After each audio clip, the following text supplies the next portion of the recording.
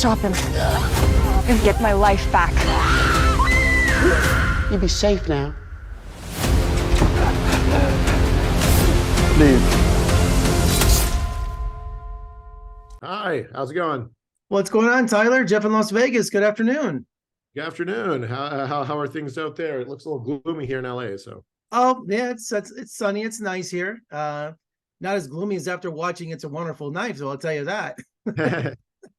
Man, congratulations, man. I love taking a holiday classic, converting it to a slasher movie. I mean, I think I've seen It's a Wonderful Life 1,000 times, and I love taking something that's so pure, so well beloved, and just turning it on its ear. And that's what you did here. And it's just a brilliant piece of satire. So congratulations. Oh, thanks, man. I'm glad you liked it. Well, you know, Winnie Carruthers wishes he'd never been born. That wish brings a bloody Christmas Eve, doesn't it, to our story? Yeah. It's we knew we really wanted to kind of riff on the sort of magical wish conceit of the original It's a Wonderful Life, but at the same time, like, we didn't want it to be like a spoof. We didn't want it to be like a shot for or like a beat for beat kind of remake or retelling of that story. And so we were trying to create something that would be that slasher fans would like, but you could also, like, you don't need to be the most hardcore horror fan to enjoy it. Like, it can be welcoming for people, and just anyone who likes their Christmas with a little spookiness. Well, that's what I like about this. It's not, a remake of It's a Wonderful Life. It's got a familiarity to it, but it has its own voice, which I thought was really cool. Yeah. We looked at a lot of movies like Back to the Future 2 and like Mr. Destiny, and like movies that have like kind of an alternate reality element to them, that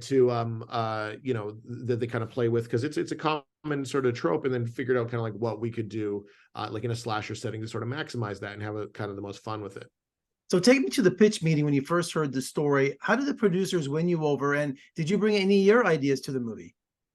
Yeah, definitely. We did a little bit of development on the script. Like, I definitely wanted to, I felt like there was a lot of potential in the relationship with Winnie and Bernie, and we kind of worked on that and kind of figured out like how we were going to handle like the ending of it, like in terms of like who remembers what, and like what like how is the town impacted, and also trying to dial in like our references, like what is this town like, what is the who is this villain, and a lot of those themes that are in like the original It's a Wonderful Life, around like corporate housing and like unaffordability for like people, those are things that we're still dealing with. And so we were able to find some kind of new ways of sort of approaching these kind of classic problems. That was a lot of fun. And tell me about finding your Winnie, your George Bailey, finding her. So Jane Widdop was an actress that I had seen, Jane Widdop was an actor that I'd seen in Yellow Jackets, and they played a great character named Laura Lee, who was a bit of a standout for that series, and so they were on a list of younger performers that I sort of wanted to approach. And they came in and did a really great read, and like their interpretation of Winnie just had a very kind of affable kind of but kind of still funny, like but an empathetic way of kind of navigating a rather supernatural story. And that's something we really needed kind of at the core of this, is because things get a little crazy, but it's ultimately believing their emotional journey through it that kind of keeps you grounded and lets it kind of be the type of fun that it is. And Jimmy Stewart really did that in the original, and I after seeing their audition, I really thought that Jane would be a great person to take that same position on this production, and then we built the rest of the cast kind of around them.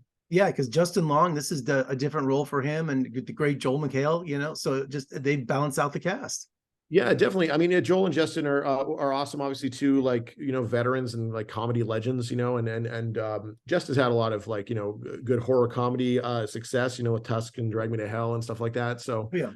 And like Barbarian last year. And so, but we like the idea of playing him kind of big, and he came in with like a ton of ideas about like who this type of guy was. And since the movie's, like a Christmas movie, and we can go with a bit of a more exaggerated villain, it was kind of fun to sort of let him rip and go with a different look and stuff like that. And Joel, we, was showing some different colors too. I mean, he's a very capable dramatic actor. Obviously, like he's, been in like The Bear and things like that, and just like as a standout.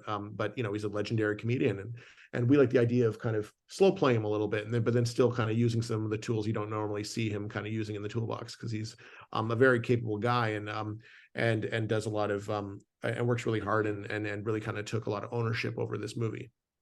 And Vancouver decided to be the Bedford Falls of horror, you know, perfect for Angel Falls, the Christmas capital of the world. So tell me about shooting in Vancouver. Did you find the perfect locations? Yeah. Well, I mean, the funny thing about shooting in Vancouver is like they have an industry there that does a lot of like a big TV stuff, big studio TV, a lot of CW shows and things like that. But also like, you know, they do big studio movies, but they also do a lot of like movies of the week kind of thing. So there's this sort of cottage industry of like Christmas movies that shoots there.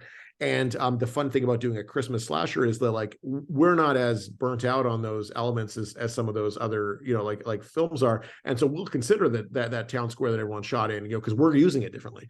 And so it was kind of a fun thing, because we had some, like a lot of people on the crew had worked on much more sincere kind of the type of movies we were sort of, you know, making a little bit of fun of, and like the idea of doing it kind of in a bloodier twist. Yeah, because you come from a small town yourself. How did they do Christmas when you were growing up? Oh yeah, it was Olds, the town I grew up in, really loves Christmas. So you know, like they have this little kind of park kind of in the center of town that they do a little village, you know, and it's a big deal. A lot of very, you know, traditional family sort of gathering stuff. A lot of, you know, Christmas lights and hay rides and things like that. So I definitely took a cue from that sort of experience and growing up in that you know, very traditional North American feeling Christmas setting. And was there less pressure making this film, knowing that It's a Wonderful Life has been in the public domain for decades? You know, you just pretty much could do what you wanted. Yeah, well, yeah, I don't think It's a Wonderful Life is in the public, like the movie itself, but like A Christmas Carol, on which it's kind of a riff on, is, and so we're definitely like inspired by it. It's not like really based on that, and that's, you know, like I mean, the title's a pun on it, and we're definitely trying to call that to mind, but it's not really like I said, it's not really a beat for beat like remake. It's just more of a riff on that story that's become so ingrained in culture, and that's where you know, we get into like the satire, the parody of it. Like it's not supposed to be a spoof, but it's supposed to be like an intellectual riff on it, you know, and that's part of the fun of it. Well, at least you won't have that argument if your film movie, is it a Christmas movie or is it a Halloween movie? You know, so it's definitely a Christmas movie, but you can watch it. It's really for that interstitial time between Halloween and Christmas. So that's what I love about it. You know, thank you so much for joining me today. Congratulations on I think a new holiday Christmas horror classic. And let's talk again soon. Thank you so much. all right, yeah, thanks, man. I appreciate checking it out.